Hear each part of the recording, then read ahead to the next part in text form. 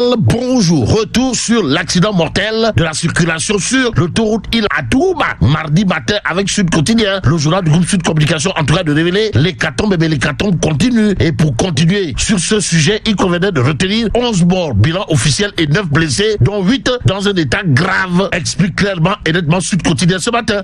Le journal, en tout cas, d'ajouter, les victimes revenaient de la ville sainte de Touba où elles s'étaient rendues pour le Magal de Kazouradiab. Bon, retenons en tout cas ce que nous livre l'As Quotidien à ce sujet, comprenez, violente collision entre un bus et un minicar à Bambey, 11 morts et 3 blessés graves dénombrés. Et ce que dénombre Tribune Quotidien ce matin gravite autour des Tolof et des Jafé de l'heure. À l'heure actuelle, pour ne pas dire Lambay Bungi Niaou, si on en croit le quotidien du groupe DBGA. À la une du journal, il est question encore d'emploi agricole en Espagne. Bon, est-il question de construire des châteaux en Espagne? Pour l'instant, Tribune Quotidien à ce sujet de révéler l'espoir de la jeunesse s'effondre. En tout cas, 1869 Sénégalais en instance d'être expulsés des États-Unis. Explique clairement et nettement Tribune Quotidien. Dans le journal, on peut lire le ministre Mabouba Diagne, PD, demande tout simplement et tout bonnement au gouvernement de se mettre au travail. En d'autres termes, il faut travailler. Encore, toujours travailler. Beaucoup travailler. Voilà bien entendu ce que rappelle Dr Mabouba Diagne, ministre de l'Agriculture de son État, à propos de la situation carabinée de chez Carabinés de la jeunesse dont l'espoir s'effondre. Note en tout cas Tribune Quotidien ce matin. Ce matin, il y a Le Soleil Quotidien qui révèle à sa une au deuxième jour des dépôts pour la migration circulaire vers l'Espagne. Le flux de candidats ne faiblit pas. Alors là, pas du tout.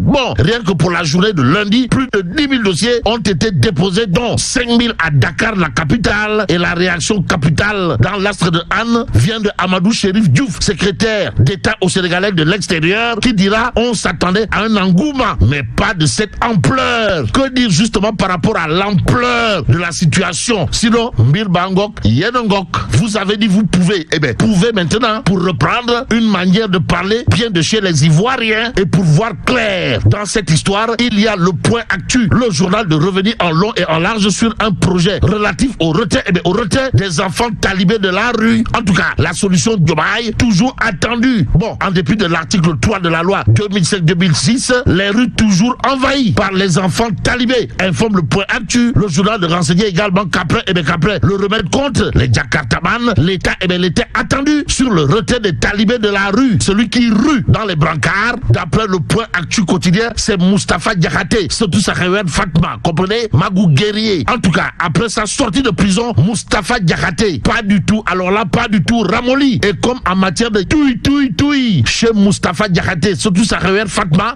Nordou Bayonam, retenons en tout cas le pavé dans la main, pour ne pas dire le coup de pied dans la fourmilière, Sigé Sawai, Magou guerrier, Moustapha Diakhaté en l'occurrence, à savoir Diomaye Sonko et Cheikh Diba, ont distribué l'argent public à leurs militants, aux pillards et casseurs. Touille. Bon, la prison de Rebus doit être fermée et démolie. Touille. Dira en tout cas Moustapha Diakhaté, nous livre le point actu ce matin. L'autre journal qui s'intéresse aux missiles Scud et Tomahawk, pour ne pas dire aux bombes à fragmentation, signé Setou Sakhawer Fatma, comprenez Moustapha Diakhaté. C'est le quotidien. À la une du journal du groupe Avenir Communication, on peut en effet lire, premier point de presse après sa libération, Moustapha Diakhaté ressort les crocs, pour ne pas dire ressort les Punkalima Mukuru Baifal, les Ngandiba Mumbol de Bouride. Au regard de ce que nous livre le quotidien, au journal de souligner les propos attaquants signés Moustapha Diakhaté, à savoir qu'il se prépare, car je ne vais pas, alors là, pas du tout me taire. Je suis prêt à retourner en prison, dira toujours Moustapha Diakhaté, renseigne le quotidien ce matin. Le journal de nous livrer l'autre tir à l'arme lourde signé Magou guerrier, Moustapha Diakhaté, surtout sa révère Fatma, à savoir personne n'a encore égalé Sonko en termes de défiance. Détoile, c'est tout sa révère. Waouh. Bon, intéressons-nous au grand panel ce matin. Le journal de revenir en long et en large sur l'affaire Farbangom. Pourquoi faire? Eh bien, pour nous dire que des tensions refont surface à Ogo. En d'autres termes, Ogo s'inscrit dans une logique de confrontation pour dire non à ceux qui s'en prennent à Farbangom. D'après bien entendu le grand panel, que retenir d'autre de l'actualité autour du lion du Bosséa. Comprenez monsieur le député maire de Agnam Farbangom, sinon ce que nous livre le grand panel au journal de révéler, rapport scientifique, radiation de Barthes, situation économique du pays, le cours magistral, pour ne pas dire le cours monumental, signé Maître Doudou Ndoye. En tout cas, Kilifegui, Maître Doudou Ndoye a, d'après le grand panel quotidien, soutenu la baisse sur le cœur qu'à propos de la levée de l'immunité parlementaire de Farba Ngom, le ministre de la Justice a fait référence à la loi de 2004, alors que celle-ci a été abrogée en 2019. Que dire d'autre? Du cours magistral, pour ne pas dire du cours monumental, signé Maître Doudou Ndoye, ancien ministre de la Justice de son État, s'il vous plaît. Sinon, il confie ne pas avoir eu accès au rapport scientifique et d'ignorer totalement, pour ne pas dire complètement, et voir carrément son contenu. Et pour ne pas faire dans le contenant, Maître Doudou Ndoye, toujours d'après le panel quotidien, sur la supposée falsification des chiffres, claironné et tambourinné ça et là, n'a pas manqué de saluer la transparence du Premier ministre, tout en soulignant les risques que cette démarche pourrait entraîner, selon toujours Maître Doudou Ndoye. Bon, un avocat peut en cacher un autre dans la presse du jour. Ce jour, il y a Terre quotidien qui parle en tout cas du Waraba, du Sénégal oriental. De qui s'agit-il exactement, Wai? Eh bien, du Dougoutigi, Maître Sidiki Kaba, Diaïté Kaba. En tout cas, Terre quotidien de révéler, pionnier de la démocratie sénégalaise, l'hommage de la société civile tout entière à Maître Sidiki Kaba, Diaïté Kaba. Bon, Maître Sidiki Kaba a reçu hier un diplôme de reconnaissance décerné par le collectif des organisations de la société civile pour les élections, en abrégé COSC, qui fêtait ses 25 ans. Aussi, Terre quotidien n'a pas manqué de souligner la société civile sénégalaise a magnifié le rôle de pionnier joué par l'ancien premier ministre, comprenez Maître Sidiki Kaba, ou le Waraba du Sénégal oriental, comprenez le premier Africain élu président de la FIDH. Bon, l'hommage de la société civile à Maître Sidiki Kaba, comprenez le Dougoutigi ou le Waraba du Sénégal oriental. Voilà le titre en tout cas qui barre la une Terre quotidien ce matin. Ce matin, il y a Tribune quotidien qui parle du FOGECA ou l'excellente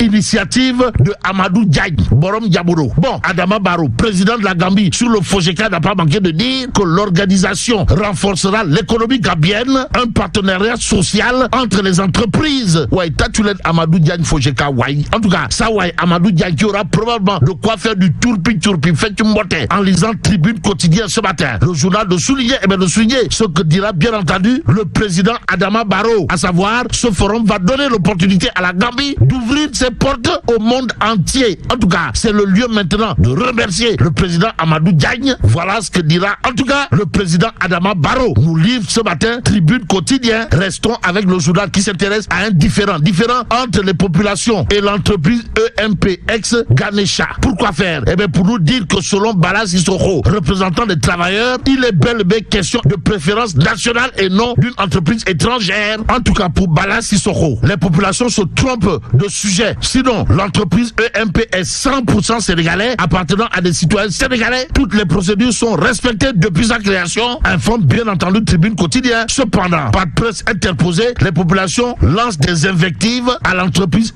EMP, ex-Ganesha. Si on en croit Tribune, d'où l'intérêt de la réaction des responsables de la dite entreprise, qui n'ont pas manqué d'expliquer que la structure est à plus de 500 mètres des habitations, avec le village le plus proche qui est à 1 km 200. Et bien voilà les précisions de l'entreprise EMP, ex-Ganesha. Bon, intéressons-nous à l'Observateur, ce matin pour terminer, le journal de parler de scandale des boulettes pour fesses. Histoire de titrer récit glaçant de victimes d'un business criminel. En tout cas, 4 femmes, 4 corps en lambeaux et des révélations horribles sur leur état de santé désastreux. Bon, l'un d'eux n'a pas manqué de dire, d'après l'Observateur l'Obs, j'ai perdu ma femme il y a quelques jours à cause des boulettes et de l'oméga 3. Massa. Bon, elle souffrait de sel hématique avec du sang qui s'écoulait chaque fois qu'elle se rendait aux toilettes. Aïe, ouais. Et là, mais là, t'es donc de, c'est Allah.